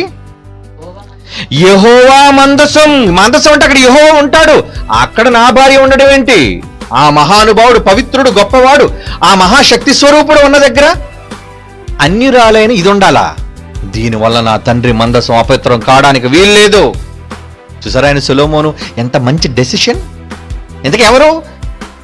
ఇప్పటికీ ప్రపంచంలో ఐగుప్తీయులు కట్టించిన పిరమిడ్స్ వండర్ అండి. వాళ్ళ జ్ఞానం ఏంటి, వాళ్ళ టెక్నాలజీ ఏంటి? అప్పటికి అంత పెద్ద పెద్ద రాళ్ళు ఎలా పైకి మోసుకెళ్లారు? వాళ్ళు సంపాదించిన సంపద ఏంటి? మొట్టమొదటి ప్రపంచంలోని ఈజిప్షియన్ సివిలైజేషన్ నాగరికత ఏంటో అది ఎంత గొప్పగా వెలసిల్లిందో ప్రపంచ చరిత్రకు తెలుసు. ఏమండి? అంత గొప్ప చరిత్రకు సంబంధించిన ఫరో కుమార్తెను తెచ్చి యెహోవా మందసమందున్న స్థలము ప్రతిష్ఠితములవి, అక్కడ నువ్వు ఉండడానికి వీల్లేదు. అది నీ వల్ల మలినం కాకూడదు. ఫరో కుమార్తె, నువ్వు ఫరో కూతురు అయితే కావచ్చు, కానీ నా పరలోకపు తండ్రి, నన్ను రాజుగా చేసిన తండ్రి, ఆయన మందసం ఉన్న అప్రతిష్ఠ కాకూడదు. అది ప్రతిష్ఠితమైన ప్రదేశం అని చెప్పి నువ్వు అక్కడ ఉండకూడదు. కమాన్, అక్కడ ఉండడానికి వీల్లేదని అక్కడికి వెళ్ళనివ్వకుండా ఆమె కోసం వేరే ఒక నగరాన్ని కట్టించి అక్కడికి పంపేశాడటండి. నేనెక్కడుంటే దావీదు నగరంలో నేను అక్కడున్నప్పుడు నా భార్య కూడా అక్కడే ఉండాలని కోరుకునే మనిషి కాదు నువ్వు. నా భార్యవైనా సరే దావీదు నగరంలో నా దేవుడున్నాడు గనుక నీలాంటి వాడు అక్కడ ఉండడానికి తగదు. అది నేను నా దేవుడికి ఇచ్చే వాల్యూ. అర్థమైందా మీకు సొలొమోను? ఏమండి? అసలు సొలొమోను పేరు అది దావీదు పెట్టిన పేరండి. బత్షెబ పుట్టినందుకు దేవుడు పరలోకం నుంచి ఒక పేరు పంపించాడు తెలుసా మీకు? ప్రవక్తను పంపించాడు. వెళ్ళు, నా కొడుకు ఒక పేరు నిర్ణయించాను నేను, ఆ పేరు నువ్వు చెప్పాలి అన్నాడు. చూడండి 2 సమూయేలు గ్రంథంలో 12వ అధ్యాయం 24వ వచనం. 2 సమూయేలు గ్రంథం 12వ అధ్యాయం 24వ వచనం ఏమంటున్నాడు? తరువాత దావీదు తన భార్య అయిన బత్షెబను ఓదార్చి ఆమె యొద్దకు పోయి ఆమెను కూడగా ఆమె ఒక కుమారుని కన్నదట. దావీదైతే అతనికి సొలొమోను అని పేరు పెట్టాడట. యెహోవా అతనిని ప్రేమించి. ఎందుకబ్బా ఆయనకు ప్రేమ? ఏం భవిష్యత్ తెలీదా? ఒరే నాన్న, నువ్వు 1000 మంది భార్యలు చేసుకుంటావురా, తెలుసురా, ఆయనకు తెలుసు. కానీ ఆయన ప్రేమించాడట. ప్రేమించి నాతాను పిలిచాడు. ప్రవక్త, రాహవయ్యా, వెళ్ళు దావీదు దగ్గరికి వెళ్ళి చెప్పు, అతడు యెహోవా ఆజ్ఞను బట్టి యెదిద్యా అని అతనికి పేరు పెట్టాను. యెదిద్యా అంటే మీకు తెలీదు, సొలొమోనుడు తెలుసు. అసలు బైబిల్లో యెదిద్యా అనే పేరు రాయలే అక్కడ. పరలోకం నుంచి వచ్చిన పేరండి. దావీదు పెట్టిన పేరుతో పిలుస్తాడు సొలొమోను అని. యెదిద్యా అనగా దాని అర్థం చెప్తున్నాడు చూడండి. యెదిద్యా అనగా యెహోవాకు ప్రియుడు. యెహోవాకు ప్రియుడు, ప్రేమికుడు. ఎంత ప్రేమంటే నేను ప్రేమించిన నా భార్య ఫరో తొక్క గొప్ప వంశానికి సంస్థానానికి చెందినదైనా నీ దగ్గర ఆవిడ పనిచేయదయ్యా. ఆవిడ రావటం వల్ల నువ్వు అప్రతిష్ట పాలవుతావు. ప్రతిష్ఠితములైన నీ మందసం నువ్వున్న దగ్గర అది ఎవరిది కాడు పెట్టడానికి? ఉండడానికి అర్హత లేదు. దావీదు పురమందున్న నీ మందసం దగ్గర వాళ్ళు ఉండడానికి అర్హత లేదు. కమాన్, నువ్వు దూరంగా ఉండిపో. అదండి ఆయన లవ్. అంటే ఎవరిని ఎక్కువ ప్రేమించాడు? దేవుణ్ణి ఎక్కువ ప్రేమించాడా? ఫరో కుమార్తెను ఎక్కువ ప్రేమించాడా? ఏమంటే మినిస్టర్ గారి కూతురంటే ఎంత గొప్పగా చూసుకుంటావు నువ్వు? పల్లెటూరులోని ఒక రైతు బిడ్డ కాదు కదా, గొప్ప నాగరికత కలిగిన దేశం నుంచి ఫరో కుమార్తెను తెచ్చుకున్నప్పుడు భార్యగా నీ దగ్గర నువ్వు ఉంచుకోవాలి. కానీ ఆవిడ్ని దేవుడు నమ్మనిది కాబట్టి, వాళ్ళ దేవుళ్ళు వేరు కాబట్టి నువ్వు మందసం దగ్గర ఉండే పవిత్రమైన చోట్లో నువ్వు ఉండడానికి అర్హత లేదమ్మా, వెళ్ళిపో. నువ్వు నా దగ్గర లేకపోయినా పర్వాలేదు. అందుకే ప్రియుడయ్యాడండి. ఎవరికి తెలుసు దేవుని గూర్చి? ఎవరికి తెలుసండి ప్రియులారా? అతని పేరే యెదిద్యా అని పిలిచాడు. అంటే యు ఆర్ మై లవర్. అంటే సొలొమోను యెహోవాకు ప్రియుడా? దావీదొక్కడే కాదు ప్రియుడు, సొలొమోను కూడా ప్రియుడే. ఏమిటి ప్రియుడు అని దేవుడే పరలోకం నుంచి పేరు పెట్టి పంపించాడంటే దేవుడేమైనా బుర్రలేనోడా? లేదా ఆయన ప్రేమ లేనోడా? లేదా దావీదుకు పుట్టిన కుమారుడైన సొలొమోనులో ఏ ప్రేమ ఎరుగనివాడా? కాదర్రా. అతను వయస్సులో ఉన్నప్పుడు ఏదో చేశాడండి. అయితే తర్వాత మహాజ్ఞాన సంగతులు ఎరిగిన వాడుగా లోకంలో ఉన్నదంతా వ్యర్థం వ్యర్థం వ్యర్థం అని అనుభవం చేతి ప్రపంచానికి పాఠాన్ని నేర్పించాడు. అది కాదా ప్రసంగి గ్రంథం? ప్రేమను గూర్చిన సారాన్ని పిండి ప్రేమను గూర్చిన లోతులను చెప్పిన పరమగీతం కాదా ఆణిముత్యం? సొలొమోను రాసిందండి. ప్రేమ కోసం చెప్పండి అమోఘం. దానిని దేవుని ప్రేమతో దేవుని దృష్టిలో చదివేవాడి కదా మహాజ్ఞానం. అర్థం కాని సన్నాసికి అది మూర్ఖత్వం. వాడు మూర్ఖత్వం అది. ఏమండి? పందికేం తెలుసు పన్నీరు విలువని? దానికేం తెలుసు అండి పన్నీరు దాన్ని కొడితే దాని కుళ్ళిపోయిన బురద కంపు కావాలి దానికి. అలాంటి లోకంలోని పందులకు అర్థం కాదు బైబిల్లోని వాల్యూ. పోనీ ఇప్పటికైనా మీరైనా దేవుని జ్ఞానం అనే ఈ సంపద దేవుడు మీ నుంచి ఆశిస్తున్నది ఏంటి? ఏం కోరుకుంటున్నాడు? వెండి బంగారాలా? కాదు, నీ మనస్సులో అంత స్థానాన్ని కోరుకుంటున్నాడే. అందరికన్నా ప్రథమ స్థానాన్ని నువ్వు ఆయనకి ఇవ్వాలని ఆశిస్తున్నాడే. ఎవరైతే దేవుణ్ణి ప్రేమిస్తున్నారో వాళ్ళని మాత్రమే దేవుడు ప్రేమిస్తాడు. మర్చిపోకండి. నువ్వు ప్రేమించడం కాదు, నువ్వు అందరినీ ప్రేమిస్తావు. నువ్వు మహాజనానికి మరదల పిల్లవు కదా. ఒక్కొక్కరు ఉన్నారంటే ఊర్లో అందరి మొగోళ్ళ పక్క చూసి నవ్వుతుంటారు. ఆహా మరదల పిల్ల. మరి ఏమండి ఇలాంటి క్యారెక్టర్స్ లేవా? అలాగని వాళ్ళు తప్పు అనుకోకండి. ఊరి మీద ఉన్న ప్రతిదీ నాకు కావాలి అనుకునే మగాడు గాని ఆడది గాని ఏమండి ఇది కావాలి, అది కావాలి, చీర కావాలి, స్థలం కావాలి, ఇల్లు కావాలి, ధనం కావాలి, పొలం కావాలి, అన్నీ నాకు కావాలనుకుని నిన్నేమనాలి? నువ్వు మహాజనానికి ఏమవుతావు? నువ్వు కావాలని కోరుకోవలసింది ఇవన్నీ కాదు, నీ దేవుణ్ణి కావాలని కోరుకోను. నిజమైన ప్రేమికుడివి ప్రియురాలివి అయితే. ఎందుకంటే ఆయనను ప్రేమించిన వాళ్ళు ఆయన ప్రేమిస్తాడు. చూడండి సామెతల గ్రంథం 8వ అధ్యాయం 17వ వచనం. సామెతల గ్రంథం 8వ అధ్యాయం 17వ వచనం అండి. ఏమంటున్నాడు అందులో? సామెతల గ్రంథం 8వ అధ్యాయం 17వ వచనం. నన్ను ప్రేమించు వారిని నేను ప్రేమించుచున్నాను. నన్ను జాగ్రత్తగా వెతుకుతున్నావా నువ్వు? నిజంగా సొలొమోను ఆ వయసులో పడుకుని దేని కూర్చోండి ఆలోచన. రేపు ఏ సుందరితో ఉండాలి, ఏ అందగత్తెతో నేను కాలాన్ని గడపాలి అనుకోలేదండి. ఆయనకి ఎందుకు దర్శనం వచ్చింది అనుకుంటున్నారు? ఆయన పడుకున్నప్పుడల్లా ఈ దేవుని ప్రజలు వీళ్ళకి నేను ఎలా తీర్పు తీర్చాలి, వీళ్ళకి ఎలా న్యాయాన్ని చెప్పాలి అనే ఆలోచనతో పడుకున్నాడు. కాబట్టి అతని దర్శనంలో అతని కలలో దేవుడు ప్రత్యక్షం ఏం కావాలి ఆయన, నీ జ్ఞానం కావాలయ్యే ప్రజలను పరిపాలించడానికి అని కోరుకున్నాడండి. ఏమండి యవనస్తులైన అబ్బాయిలకు అందరికీ హీరోయిన్లే ఉంటారు కల్లో. అమ్మాయిలను తక్కుతున్నారండి. వీళ్ళకి అందరికీ షర్ట్లు లేని హీరోలు అందరూ కనబడుతుంటారు. వీళ్ళకి బయటికి ఏం చెప్పరు. సామాన్యులు కాదండి వీళ్ళు. అలాగని ముసలికి ఏ కళలు రావని కూడా అమ్మో వాళ్ళు కూడా ఆరితేరినోళ్లే. అన్నిటిలో బయటికి చెప్పరు. ఎందుకంటే this is a black box, black brain, dangerous brain. ఎవరికి చెప్పదు. ఎవరైనా కనబడితే మాత్రం అబ్బా వీళ్ళంత దుర్మార్గులు, చెడ్డోళ్ళు, దుష్టులు, దౌర్భాగ్యులు లేరు అంటావు. మరి నువ్వెవరు? Your number 1 criminal. అందరిని అంటావేంటి? వాళ్ళు చెడ్డలు, వీళ్ళు చెడ్డలు, వీడు చెడ్డలు, వాళ్ళు చెడ్డలు అంటే నువ్వు గులువెంత గింజవి. ఎవరినో నిందించడం కాదు, ఎవరినో అనడం కాదు. ఏమండి నిజం కాదు ఇవన్నీ? ఎవరిని ప్రేమిస్తున్నావు నువ్వు? దేవుని ప్రేమించు. దేవుడు అదే కోరుకుంటున్నాడు. నన్ను ప్రేమించు వారిని నేను ప్రేమించుచున్నాను. నన్ను వెతికిన వారిని. కలలో ఎవరిని వెతుకుతున్నావు? నన్నా? ఏ ఆలోచనతో పడుకుంటున్నావు? ఏ ఆలోచనతో కన్ను తెరుస్తున్నావు? ఏ ఆలోచనతో పని చేయాలి అనుకుంటున్నావు? నిజంగా నీ మనస్సులో ప్రేమికుడు అయితే నా కోసం నువ్వు ఆలోచిస్తే నా గురించి తప్పిస్తావు. ఏమండి బాగా ఇష్టపడిన ప్రియురాలను జపిస్తుంటాడు ప్రేమికుడు. ఏమని? ప్రియా ప్రియా ప్రియా. ఏమని వస్తాది లేరా? ఎందుకురా కంగారు? ఆ ప్రియానిచ్చి పెళ్లి చేస్తారు అనుకోండి, ఆ 10 ఏళ్ళ తర్వాత ప్రియా ప్రియా అండో అమ్మోయ్ బాబోయ్ అంటుంటాడు. ఎందుకు? అప్పులు, కష్టాలు, పిల్లలు, ఇల్లు, బాధ. మరి అప్పుడు ఎందుకు అలాగరిసావు? పిచ్చోళ్ళండి మనుషులు, పిచ్చోళ్ళు. నువ్వు జపించవలసింది, నువ్వు ధ్యానించవలసింది దేవుణ్ణి. అలా దేవుణ్ణి ధ్యానిస్తూ పడుకున్నాడు కాబట్టి దేవుడు అతని కలలో ప్రత్యక్షమయ్యాడు. యెదిద్యా అని పేరు పెట్టించాడు. నువ్వు నాకు ప్రియుడు అన్నాడు. ఆ ప్రేమను అతను చూపించుకున్నాడండి. లేదంటే దేవుడు పిచ్చోడు కాదు అతనికి అంత గొప్ప నెమ్మదినిచ్చి గొప్ప జ్ఞానాన్ని ఇవ్వడానికి. నచ్చింది దేవుడికి అతనిలో. ఏదో నీకు తెలియదు నచ్చింది ఆయనలో. మీ గొప్పతనాన్ని దేవుని దగ్గర చూపించండి. మీ ప్రేమనేంటో దేవుని కార్యాలు ప్రదర్శించండి. మీ ప్రేమ ఏంటో సమాజానికి ప్రకటించండి. నిజమైన ప్రేమికులు మీరైతే బైబిలులో ఎందరో భక్తులు దేవునికి ప్రియులుగా ప్రియమైన వారుగా, దేవుని అమితముగా ప్రేమించువారుగా ఉన్నారు. అందుకే రోమాపత్రిక 8వ అధ్యాయం 28లో ఏమంటున్నాడు చూడండి. రోమిలకు రాసిన పత్రిక 8వ అధ్యాయం 28, దేవుని ప్రేమించు వారికి. అనగా దేవుని నువ్వు ప్రేమిస్తున్నావా? Are you lover of God? నువ్వు దేవుడికి ప్రియుడవా, ప్రియురాలవా? అయితే చూడు, నీకోసం చెప్తున్నాడు ఈ మాట.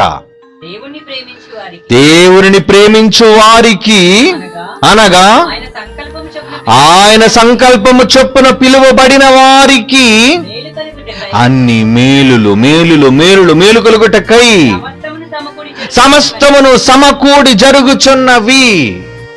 ఎవరికైనా సమస్తము సమకూడి జరిగాయి అంటే వాళ్ళకు దేవుని ప్రియులు అని అర్థం. ఆమె దేవునికి ప్రియురాలు అని అర్థం. అతడు దేవునికి బహుప్రియుడు అని అర్థం. యదిజ్య అంటే దాని అర్థం అదే. ఏమండి?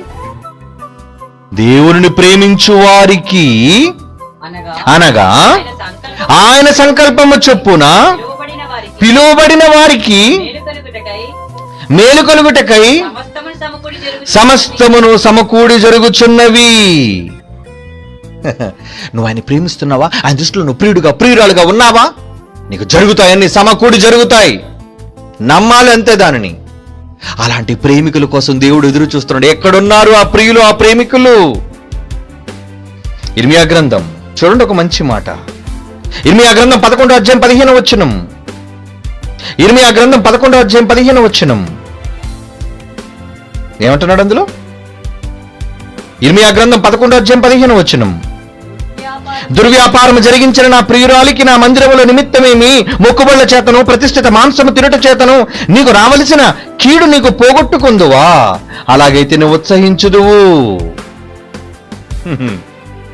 ఇర్మియా గ్రంథం 12వ అధ్యాయం 7వ వచనం. నా మందిరమును నేను విడిచి ఉన్నాను, నా స్వాస్థ్యమును నేను విసర్జించి ఉన్నాను, నా ప్రాణ ప్రియురాల్ని ఆమె శత్రువులకు చేతికి అప్పగించి ఉన్నాను. ఏమండి? దేవుని కోసం అన్నిటిని విడిచిపెట్టేశాను అంటున్నాడండి భక్తుడు. నువ్వు దేవుని కోసం అన్నిటిని విడిచిపెట్టేసుకున్నావా? నీ ప్రియుల్ని, నీ ప్రియురాలను కూడా వదిలేసుకున్నావా? అయితే నువ్వు దేవునికి ప్రియుడివి. అయితే దేవుడు వెతుకుతున్న ప్రేమికుడు, ప్రియురాలు నువ్వే. దేవుడు చెబుతున్నాడండి. ఎంత మంచి మాట. ఏమండి? అదే ఇర్మియా గ్రంథం 12వ అధ్యాయం 7వ వచనం చదవండి. నా మందిరమును నేను విడిచి ఉన్నాను, నా స్వాస్థ్యమును విసర్జించి ఉన్నాను, నా ప్రాణ ప్రియురాలు ఆమె శత్రువులకు అప్పగించి ఉన్నాను. నిజంగా ఒకవేళ నువ్వు ప్రియుడు ప్రియురాలు కాకపోతే దేవుడు కూడా నీ పట్ల లేక ప్రవర్తిస్తాడు. ఏమని? శత్రువుల చేతికి అప్పగించబడతావు, దుఃఖపడతావు. దేవుని ప్రియురాలు, మీరు నిజంగా దేవుని ప్రియులుగా ఉండాలి అని పిలిపించుకోవాలి అనుకుంటున్నారా? అయితే దేవుడు చెబుతున్న ఈ మాటను మీరు చదవండి. ఏమని? ఏమని చూడండి. ఇర్మియా గ్రంథం 2వ అధ్యాయం 4-5 వచనాలు. ఇర్మియా గ్రంథం 2వ అధ్యాయం 4-5 వచనాలు. యాకోబు ఇంటి వారులారా, ఇశ్రాయేలు ఇంటి వారులారా, మీరందరూ యెహోవా చెబుతున్న మాట వినండి. యెహోవా ఇలాగ సెలవిచ్చుచున్నాడు, అసలు నా యందు ఏ దుర్నీతి ఉందని మీ పితరులు వ్యర్థమైన దానిని అనుసరించిరి. తాము వ్యర్థులగునట్లు నా ఎదురును దూరముగా పారిపోయిరి, తొలగిపోయిరి. ఏం తప్పు చేశానయ్యా, నన్ను వదిలేసుకున్నారు? నేనేం పాపం చేశాను? ఏంటండి ఈ ప్రేమికుడు ఆవేదన? అప్పుడప్పుడు ప్రేమించిన వాళ్ళు వెళ్ళిపోయారు అనుకోండి, నేనేం లోటు చేశానని పోయావు, నువ్వు నేనేం తక్కువ చేశానని విడిచిపెట్టి పోయావు అని అడుగుతారే. భార్య భర్తని, భర్త భార్యని. దేవుడు అడుగుతున్నాడండి, తన వాళ్ళని అడుగుతున్నాడు. ఎవరినైతే ప్రేమించాడో, ఎవరికైతే మనసిచ్చాడో, ఎవరి మీదైతే ఆశలు పెట్టుకున్నాడో వాళ్ళ గురించి ఏమంటున్నాడు చూడండి. యెహోవా ఇలాగ సెలవిచ్చుచున్నాడు, నా యందు ఏ దుర్నీతిని చూచి మీ పితరులు వ్యర్థమైన దానిని అనుసరించారు. ఏం తప్పు చేశానయ్యా మీకు? ఏ లోటు చేశానయ్యా మీకు? ఎందుకై నా దగ్గర నుంచి పోయారు అందరూను? నిజంగా ఒక ప్రేమికుడి ప్రియుడి యొక్క ఆవేదన చూడండి. దేవుడు చెప్పుకుంటున్నాడు. ఆయనకి కావలసింది ప్రేమ. ఆయన ఎదురు చూస్తున్నాడు రా ప్రేమ కోసం. ఆ ప్రేమ కోసం ఆయన ఎదురు చూస్తున్నాడండి. ఆ ప్రేమ కోసం ఎదురు చూస్తూ ఏమంటున్నాడు చూడండి. ఏమంటున్నాడు చూడండి. ఏ దుర్నీతిని మీరు చూశారు నాలో? వ్యర్థమైన దాని పక్క పోయారే, దూరంగా తొలగిపోయారే. నేనేం పాపం చేశాను, నేనేం తప్పు చేశాను అని దేవుడు అంటున్నాడే. ఇదేనా మిమ్మల్ని ప్రేమించిన ఆయనకి మీరు ఇచ్చే విలువ, మీరు చేసే మర్యాద? లోకంలో మనుషులందరూ ఆయన వల్ల ప్రతి క్షణం ప్రతి గడియ మేలును అనుభవిస్తూ ఈరోజు ఆయనకి ఏం కృతజ్ఞత కలిగి ఉన్నారు చెప్పండి. అందరూ తమ సొంత కార్యాలు, సొంత పనులు, అవసరతలు. భార్య అంటాడు ఒకడు, పిల్లలు అంటారు ఒకరు, భర్త అంటాది ఒక ఆమె, ఇల్లు అంటాడు, పొలం అంటాడు, ఆస్తి అంటాడు, బాధ్యత అంటాడు, ఇవన్నీ చెబుతున్నాడు. కానీ ఒక్కడు కూడా దేవుడు పేరు చెప్పటం లేదే. ఇక నువ్వు ఎలా ప్రియుడు కాగలవు? నువ్వు ఎలా ప్రేమికురాలివి, ప్రేమికుడు కాగలవు దేవునికి? ఆయన వెతుకుతున్నది అలాంటి వాళ్ళు కావాలని. వెతుకుతున్నాడండి. ఎవరు నన్ను ప్రేమిస్తున్నారు? ఏంటి అప్పుడప్పుడు ప్రియుడు ఏం చేస్తాడు? వెంటపడతాడు. వెంటపడి ఏం చేస్తాడు? అడుగుతాడు, డూ యు లవ్ మీ? నన్ను ప్రేమిస్తున్నావా? నిజంగా నేనంటే నీకు ఇష్టమా? అడుగుతారు కదా. దేవుడు కూడా అడుగుతున్నాడు. చూడండి ఏం అడుగుతున్నాడు. యోహాను సువార్త 21వ అధ్యాయం, యోహాను సువార్త 21వ అధ్యాయం 15-17. యోహాను సువార్త 21వ అధ్యాయం 15 నుంచి ఏం ప్రశ్నిస్తున్నాడు చూడండి. వారు భోజనము చేసిన తరువాత యేసు సీమోను పేతురుని చూశాడట. నానా జాన్సన్ అంటే, జాన్సన్ అంటే ఏంటి? యోహాను కుమారుడు. జాన్సన్ అని యోహాను కుమారుడు అయిన సైమన్, వీరికంటే ఇగో వీళ్ళందరూ ఉన్నారు కదా, వీళ్ళకంటే నువ్వు నన్ను ఎక్కువగా ప్రేమిస్తున్నావా అని అడుగగా, అవును ప్రభువా, నేను నిన్ను ప్రేమించుచున్నాను, నీవే ఎరుగుదు. రెండోసారి అడుగుతున్నాడు, సీమోను నన్ను ప్రేమించుచున్నావా? 16వ వచనం. మూడోసారి అని అడుగుతున్నాడు, యోహాను కుమారుడు అయిన సీమోను నీవు నన్ను ప్రేమించుచున్నావా? పేతురు బాధపడిపోతున్నాడు, వ్యసనపడిపోయి, ఏంటయ్యా అన్నిసార్లు ప్రేమ ప్రేమ ప్రేమ అంటావు? అంతా నీకు తెలుసు కదా, నిన్ను ప్రేమించుచున్నాను నీవు ఎరుగుదు. ఏమన్నా అడగాల ఆయన, నీవు నన్ను ప్రేమిస్తున్నావా అని? ప్రేమించేవాళ్ళు కావాలి. ప్రేమించేవాళ్ళు భూమి మీద ఎవరున్నారని వెతుకుతున్నాడు. ప్రేమికులు కావాలి. నన్ను ప్రేమిస్తావా? నువ్వు నిజంగా నన్ను ప్రేమిస్తావా? ప్రేమిస్తే నా కోసం ఏం చేస్తావు చెప్పు. నీ కోసం అంతా చేస్తున్నాను నేను. భూమి మీద నువ్వు పడిన నాటి నుంచి నీ కోసం ఎన్నో చేశాను. నువ్వు చనిపోయి మరణించిన తర్వాత నా దగ్గరకు వచ్చిన తర్వాత కూడా నీ కోసం ఎన్నో కార్యాలు సిద్ధం చేసి అలిసిపోతున్నాను రా రోజు నీకు ఆ మహాలోకాన్ని సిద్ధపరచడానికి. ప్రేమ, నీ మీద నాకున్న ప్రేమది. మరి నువ్వెంత ప్రేమిస్తున్నావు? ఇంతగా ప్రేమించుచున్నావా? ఏమిటి, యేసుప్రభు దేవుని ఎంత ప్రేమించాడండి. ఈయన నా ప్రియ కుమారుడు అని యేసును అన్నాడు అంటే ఎంత గొప్ప ప్రియమైన కుమారుడండి. సిలువ మరణం పొందినంతగా ప్రేమించాడండి. రక్తము కారునంతగా ప్రేమించాడండి. పరలోకపు తండ్రి కోసం సమస్తాన్ని వదులుకున్నంతగా ప్రేమించాడండి. అలాంటి వాని కోసం ఏమైనా చేస్తాడండి దేవుడు. అవును నాయన, నువ్వు నా ప్రియమైన కుమారుడువు, నేను వెతుకుతున్న నా ప్రియుడువు నువ్వు. ఎందరో నా ప్రియులు కొంతమంది, కొందరే కనబడుతున్నారు నాయన. నన్ను ప్రేమించేవారు, నన్ను వెతికేవారు, దేవుని ప్రేమించేవారు ఎంతమంది అండి. అందరూ తమ్మును తాము ప్రేమించుకునేవాళ్ళు, ఇతరులను ప్రేమించేవాళ్ళు, సమాజాన్ని, లోకాన్ని, సమస్తాన్ని ప్రేమించే వాళ్ళే కనబడుతున్నారు. కానీ యెహోవానైనా నన్ను ప్రేమించేవారు ఎక్కడున్నారా? నాకు కావాలి, నాకు ప్రేమ కావాలి, నాకు ప్రేమికులు కావాలి, నన్ను ప్రేమించేవాళ్ళు కావాలి. ప్రేమ కోసం తప్పించిపోతున్నాడు ఆయన. ఆయన ప్రేమ చూపబట్టే కదండి ఈరోజు మనం ఉన్నాం. ఆయన ప్రేమ లేకపోతే ఈ భూమి ఎప్పుడో బూడిదైపోయేదండి. మనుషులంతా కూడా పురుగులులా రాలిపోయి ఉండేవాళ్ళండి. కానీ ఇంకా ఆయన ప్రేమే ఈ విశ్వంలో ఈ భూమిని నిలబెట్టింది. ఈరోజు నేను మనిషిగా ఈ సమాజంలో నిలబెట్టింది ఆయన ప్రేమ. అంతగా ప్రేమిస్తున్న నీ తండ్రి పట్ల నువ్వు చూపించే ప్రేమ ఏం ప్రేమ? అసలు తెలుసా దాని యొక్క అసలు ప్రేమ అంటే ఏమనుకుంటున్నావు? నవలలు అనుకోండి, షేక్స్పియర్ రాసిన నవల్లో ప్రేమ అనుకుంటున్నావా? ఆడికేం తెలుసు, పిచ్చోడు. ఏదో కట్టుకథలు రాశాడు వాడు, కథలు రాశాడు, టేల్స్. నాన్ డీటెయిల్ అంటే కథలు నమ్మకయ్యా. నిజాన్ని నమ్ము. ఏంటా నిజం? ఎఫ్ఎస్సీ పత్రిక 3వ అధ్యాయం 18వ వచనం చూడండి ప్రియులారా. ఎఫ్ఎస్సీ పత్రిక 3వ అధ్యాయం 18వ వచనం, మీరు దేవుని సంపూర్ణత యందు పూర్ణులగునట్లు ప్రేమ యందు వేరు పారి. ప్రేమలో వేర్లు రావాలి మీకు. వేరు పారి స్థిరపడి సమస్త పరిశుద్ధులతో కూడా అందరితో కూడా మీరు కూడా ఆయన ప్రేమికులలో ఒకలుగా మారి. దాని వెడల్పు ఎంత, దాని పొడుగు ఎంత, దాని లోతెంత, దాని ఎత్తెంతో గ్రహించుకుటకు జ్ఞానమునకు మించిన క్రీస్తు ప్రేమను తెలుసుకొనుటకు తగిన శక్తిగారు కావాలి. అలా మీరు మారాలి. అలా మీరు మారాలనే ఈ మాటలు భూమి మీద ఎంతమంది మనుషులను ప్రేమించిన వాళ్ళు ఏదో ఒక రోజు మిమ్మల్ని మోసగిస్తారు. ఎవరిని ప్రేమించినా వాళ్ళు మీకు గాయపరుస్తారు. కానీ మీ ప్రేమ కోసం పరితపించి మీకోసం ఆశపడే దేవుడు, మీ నుండి ప్రేమకును కోరుకునే దేవుడు, ఆయన ప్రేమిస్తే మీరు మోసపోరర్రా? మీరు అన్యాయం చేయబడరర్రా? నిజముగా ఆయన పట్ల మీరు ప్రేమ చూపిస్తే మరిచిటకు అన్యాయస్తుడు కాడయ్యా. ఆయన చాలా మంచోడు, చాలా గొప్పవాడు. ఆయన పట్ల మీరు చూపించిన ఏ ప్రేమైనా సరే ఈరోజు ప్రేమనగానే ఎన్నో మంచి సత్కార్యాలు చేయడానికి ఏమండి ఎంతమంది ముందుకొచ్చి ఈ మాటలు చెప్పడానికి, అనేక సేవ జరగడానికి, దేవుని యొక్క ప్రతి విధమైన శ్రేష్టమైన కార్యక్రమంలో తమ పాలును, తమ కష్టాన్ని పంచుతున్నారే ట్రూ లవర్స్, నిజమైన దేవుని ప్రేమికులు. తమ అవసరాలు కూడా పక్కన పెట్టి దేవుని యొక్క అవసరం తీరడం కోసం ప్రేమను పంచేవాళ్ళు. అలాంటి ప్రేమికులు కావాలి దేవునికి. తన కార్యాలు జరిగించే ప్రేమికులు కావాలి. తన ఉద్దేశాలు నెరవేర్చే దావీదు లాంటి ప్రేమికులు కావాలి. తన కోసం దేనినైనా భార్యనైనా సరే పక్కన పెట్టే సొలొమోను, యెహోషువ లాంటి ప్రేమికులు కావాలి. ఆయన కోసం సమస్తాన్ని పెంటగా సమానంగా ఎంచుకునే పౌలు లాంటి ప్రేమికులు కావాలి. ఇదిగో సమస్తమును విడిచిపెట్టి నీ కోసం వచ్చేస్తున్నాం కదా ప్రభు అని పేతురు లాంటి ప్రేమికులు కావాలి. చివరికి ప్రాణాన్నే సిలువలో త్యాగం చేసిన యేసు లాంటి ప్రేమికులు కావాలి అండి దేవునికి. ఈ తరంలో మనం పుట్టాం, మీరు పుట్టారు.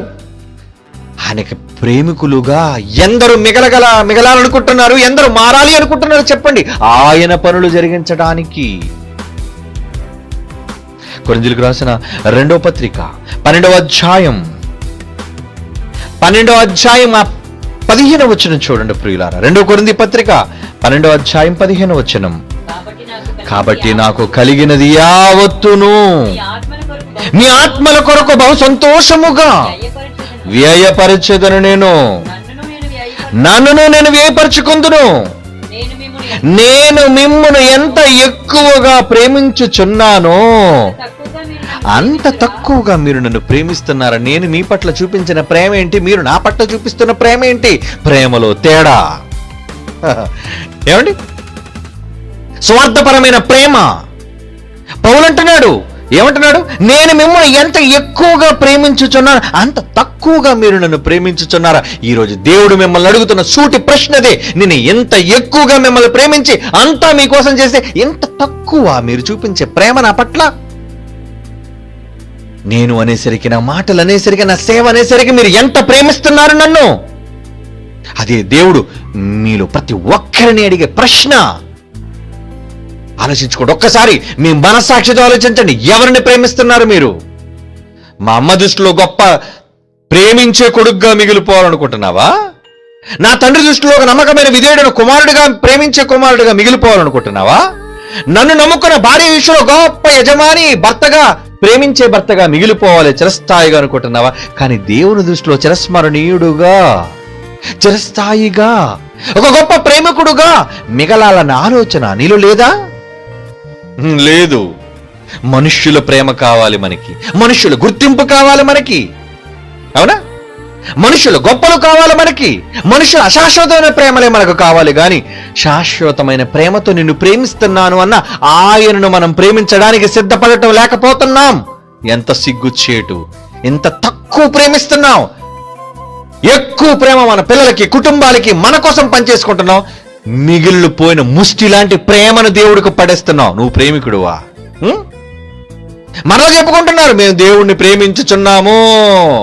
దండోరా, మేము దేవుణ్ణి ప్రేమించేస్తున్నావు ఓహో అని. ఏం ప్రేమిస్తున్నావు దేవుణ్ణి?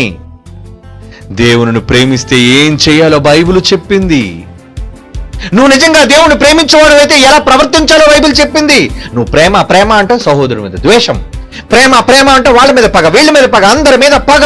ఇదా ప్రేమ అంటే? కాదయ్యా. అలాగైతే నీ పరలోకపు తండ్రి ఎంతమంది మీద పగ పెట్టాలి, ఎంతమంది మీద పగ తీర్చుకోవాలి? లేదండి. శాశ్వతమైన ప్రేమతో ఆయన ప్రేమిస్తున్నాడు. అలా కోరుకుంటున్నా నీ తండ్రికి నువ్వు ప్రేమికుడుగా నీ జీవిత కాలంలో మిగలాలనుకుంటున్నావా, లేదా కుటుంబంలోనూ ఈ దేశ చరిత్రలోనూ లేదంటే చరిత్ర పట్టులో ఒక గొప్ప ప్రేమికుడిగా నిలిచిపోవాలనుకుంటున్నావా? దేశం కోసం ప్రాణం పెట్టిన వేరే జవానుగా చనిపోదాం అనుకుంటున్నావా? రాష్ట్రం కోసం పేరు పెట్టి గొప్ప సేవ చేసిన అమరమూర్తిగా చద్దాం అనుకుంటున్నావా? కుటుంబం కోసం గొప్పగా యజమానిగా పాటుపడి చచ్చిపోయిన ఒక త్యాగమూర్తిగా బ్రతికిపోయి మిగిలిపోదాం అనుకుంటున్నావా? వద్దయ్యా, అవన్నీ అశాశ్వతమైనవి. నీకు ఎప్పుడు ఎల్లప్పుడూ నీకు మిగిలే ఒకే ఒక్క స్థిరమైన స్థానం, అది దేవుడు ఉన్న లోకం. అక్కడికి నువ్వు చేరాలి అంటే శాశ్వతమైన ప్రేమతో ఆయన ప్రేమించు. ఆ ప్రేమికులు కావాలని ఎతుకుతున్నాడు. ఎవరా ప్రేమికులు? నన్ను ప్రేమించే వాళ్ళు ఎంతమంది మీలో? పేతురు, నన్ను ప్రేమిస్తున్నా అడగాలండి. ఈరోజు నిన్ను కూడా అడుగుతున్నాను, నువ్వు నన్ను ప్రేమిస్తున్నావా? అప్పుడు మన నుంచి వచ్చే జవాబు ఏంటి? నిన్న ప్రేమిస్తానని దేవుడు అడిగితే ప్రతి వాళ్ళు చెప్తారు, నేను దీన్ని కాక ఎవరిని ప్రేమిస్తున్నాను ప్రభా. ప్రేమ అంటే నువ్వు నా గొర్రెలు మేపి చూపించు, ప్రేమ అంటే నా కోసం పని చేసి చూపించు, ప్రేమ అంటే నా కోసం త్యాగం చేసి చూపించు. అది ప్రేమ అంటే. అది బైబిల్ చెప్పిన నిదర్శనం. అలా మీ క్రియల ద్వారా దేవునికి ప్రేమను చూపించి దేవుని దృష్టిలో ప్రేమికులుగా మిగిలిపోండి. కుటుంబంలో ప్రేమికులుగా మిగిలిపోతే ఒక ఫోటో పెట్టి దండ వేస్తారు అంతే, మర్చిపోతారు తర్వాత నువ్వు పోయేది పాతాళం. కానీ దేవుని దృష్టిలో నువ్వు ప్రేమికుడిగా మిగిలిపోతే చిరస్మరణీయుడివి, మరవలేని దేవుని జ్ఞాపకాలలో ఉండిపోయేవాడివి, దేవుని చేత బహుప్రియుడుగా ప్రియురాలుగా పిలవబడేదానివి. ఆయన పిలాలి అనే ఆశ నీలో లేదు లేదా? నన్ను పిలాలి దేవుడు, నువ్వు నా ప్రియుడవు, నువ్వు నా ప్రియురాలవి అని దేవుడు నిన్ను పిలాలి అంటే అలా పిలవడానికి ఏం చెయ్యాలో బైబిల్ చదవండి. ఆయనకు ప్రియులుగా మిగిలిపోండి. శాశ్వతమైనది. అలా శాశ్వతమైన ప్రియులుగా ప్రేమికులుగా ఆశతో ఎదురు చూస్తున్న దేవుని దృష్టిలో మిగిలిపోండారా. కళ్ళు మూసుకొని ప్రార్థన చేసుకుందాం. పరిశుద్ధమైన తండ్రి దేవా, అశాశ్వతమైన మానవ సంబంధిత ప్రేమలను నిజమని నమ్మి మోసపోతున్న ఈ సమాజంలో నిజమైన ప్రేమ మీదని ప్రకటించి మీ కుమారుని ద్వారా కోట్ల మంది మనుషుల్లో ప్రేమికులను వెతుక్కుంటున్నారు నాయన. మిమ్ముల్ని ప్రేమించాలని ఆశపడుతున్నారు. ఆశను ఎరిగిన వారముగా కొద్దిమంది అయినా సరే మా చావుకు ముందు మీకు ప్రియులుగా మిగిలిపోయే భాగ్యాన్ని, దేవవరాన్ని మాకు ప్రసాదించవలసిందిగా ప్రార్థిస్తూ క్రీస్తు వారి పుణ్య నామములో ఈ ప్రార్థన మీకు సమర్పించి వేడుకొనిచున్నాము తండ్రి. ఆమేన్.